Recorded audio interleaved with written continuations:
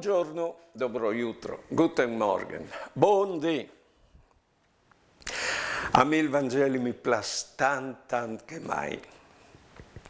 Poi lei, e poi io vengo a conoscere lui, e poi mi piace, anzi, ho vari gusti di diventare come lui.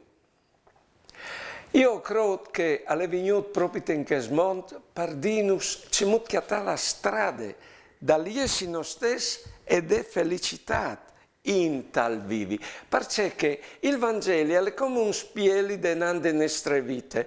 Poi tu leggi il Vangelo, poi tu capisci la tua vita. Poi tu vai in davanti a vita, poi tu capisci il Vangelo. Alle un là in davanti insieme con lui e io credo fino a diventare c'è così, che vuol dire, figlio di Dio, che è il titolo più grande che esiste in questo mondo. Buone giornate e buone vite.